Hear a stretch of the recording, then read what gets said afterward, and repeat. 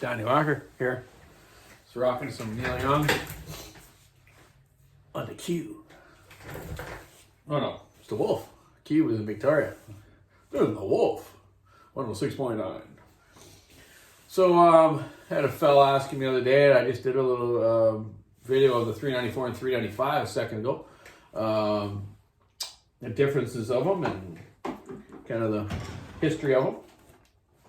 So as you see here, I was just finishing polishing this exhaust port. You see it's pretty shiny and polishy, no edges in there. Transfer sides are done, intake's done. Just gonna deburr the piston up, clean the windows out in the center of it, and just chamfer the skirts on each side of it. So the fellow was asking me about the polishing, you know, like you see here's my polisher. I put my strip paper on, right? Basically what it is a 1/4 inch shank piece here with a slot in it, and you put the strip paper in that groove, wrap it around clockwise, and then forward motion on the grinder. So these are pretty fancy, and you have to have a 1/4 inch collet to do it right, eh? You know, you can do it any which way. You can use a Dremel, flexible shaft one, or standard type one, right?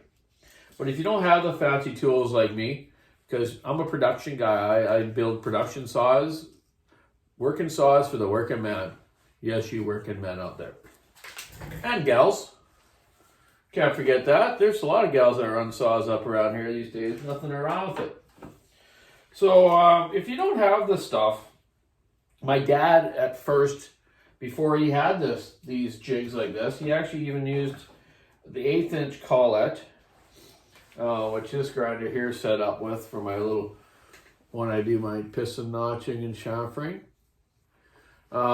He would put a stainless steel cotter pin. You know, get a stainless steel one because they're a little stronger. They don't bend like the standard ones, eh? And the same deal. You take the strip paper, and you will wear it out, and you will go through them. So get a few of them. Just go down to your local hardware store. They're roughly what, I don't know, 1.5 inches long or something.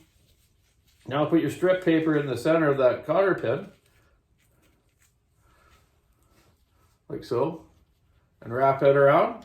Once this is in your collet too, or your Dremel or whatever, it'll be holding the end, so you can just wrap it around, then put it in there like that, and this is the same thing.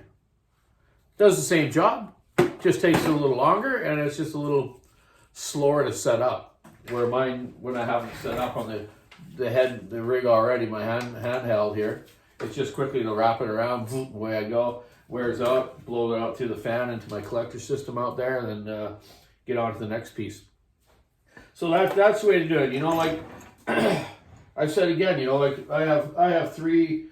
It's like I like good tools. It's like Snap-on. I love all Snap-on tools because they fit your hand nice. They're guaranteed for life, and I just like good tools.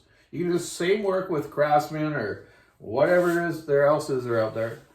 But just that's what I prefer. When you're using them daily, you want to be comfortable. You know, I don't have Dremels. I have all Fordhams, and I look after them good, servicing greasing the shafts in them, and I try to use. I always use the foot pedals, because if you don't, you'll get a bit stuck in a port, and then what happens is twists the shaft and breaks it. Something's got to give, right? So I hardly go through any of these shafts. I've maybe gone through 2 in about 3 years. So yeah, you just got to be slow and careful with them, and you won't have that problem. Years ago, when my dad didn't use the foot pedals, he would go through a lot of shafts. So you know, you can do the same with small Dremels or other type of die grinders out there. I just like them because they just fit your hand nice and you get in there. With a big Dremel, you can't really get far in sometimes to a port unless you got a real long cutter bit, eh? Yeah. But you get the gist of that, eh? You know, got my auger, my polisher, my small trimmer one.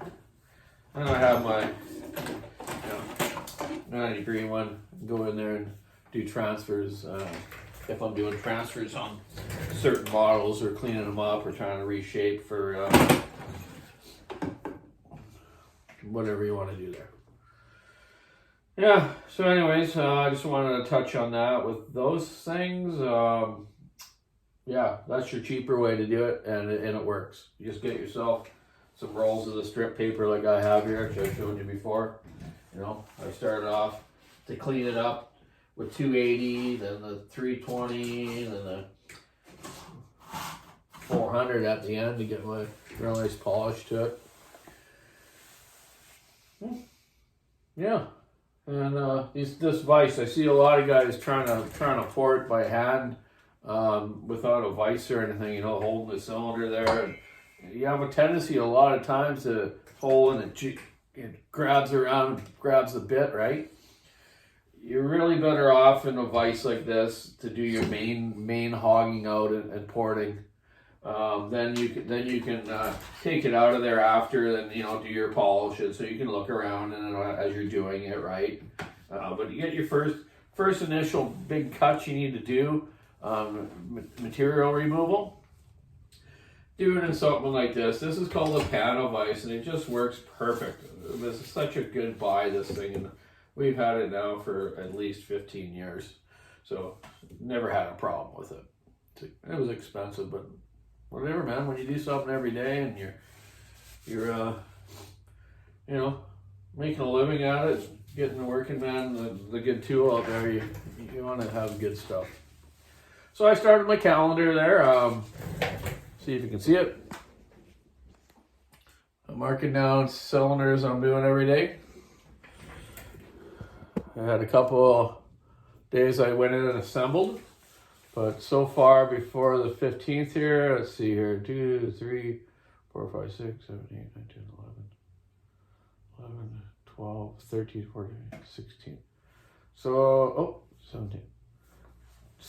Done 17 up till today is 11. So I'll probably, by the end of the week, I'll probably do about 20 of them at least.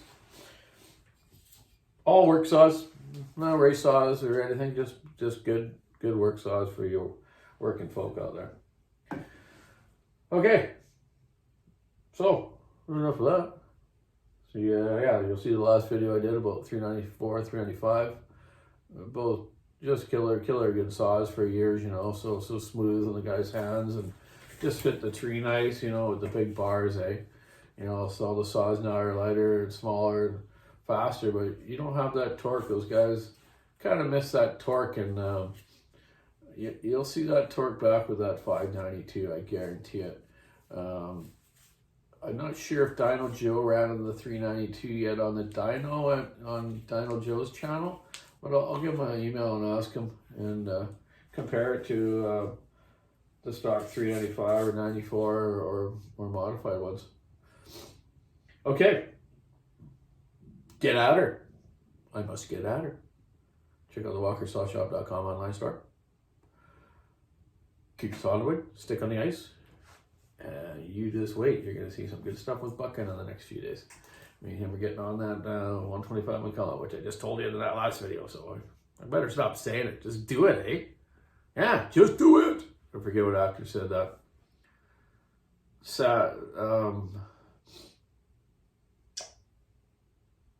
Yeah, just do it. Have a good day. Bye.